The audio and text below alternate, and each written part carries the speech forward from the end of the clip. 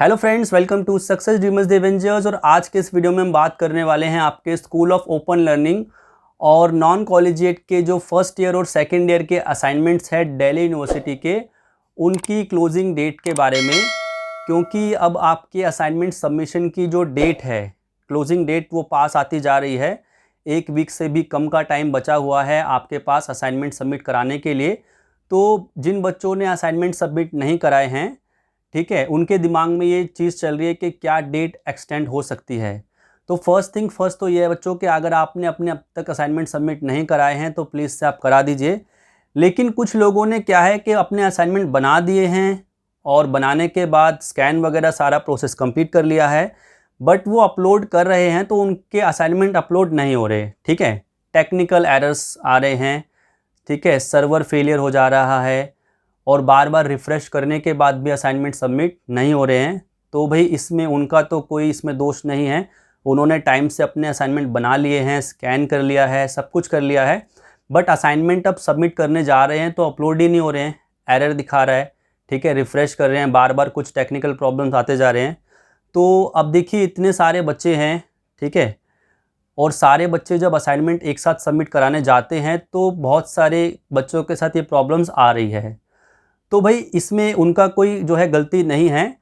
अब क्या होता है कि अगर मान लीजिए डेट ऑफ असाइनमेंट सबमिट करने की आ जाती है और वो फिर भी नहीं कर पाते, तो भाई इसमें उनका दोष नहीं है। तो यहाँ पर क्या है कि भाई as far as I think जो आपका सोल और डीयू एडमिनिस्ट्रेशन है वो आपके असाइनमेंट सबमिशन की डेट को एक्सटेंड करेगा।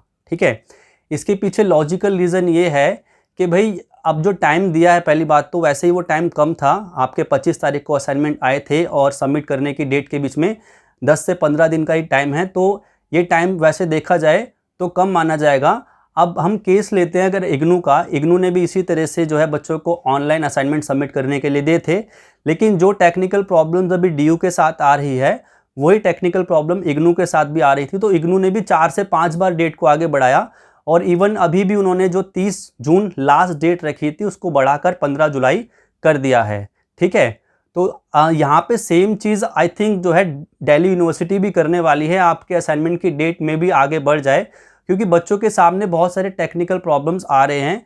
तो अगर आपके साथ भी ऐसा हो रहा है तो ज़रूर से सोल इसका कोई ना कोई जो है सोल्यूशन आपके सामने लेकर आएगा। It is an estimate not an accurate information के डेट आगे बढ़ने ही वाली है, बट जैसे सिचुएशन चल रही है और जैसी अदर यूनिवर्सिटीज़ के एक्सपीरियंस रहे हैं, जैसे कि इग्नू, उन्होंने भी डेट को 3 से 4 बार एक्सटेंड करा है बच्चों के सामने आने वाली प्रॉब्लम्स को देखते हुए। तो आई थिंक दिल्ली यूनिवर्सिटी भी मे बी ये कर सकता है कि आपकी डेट को एक्सटेंड कर दे। ठीक है, it is not 100% sure, but there are high chances that it will happen.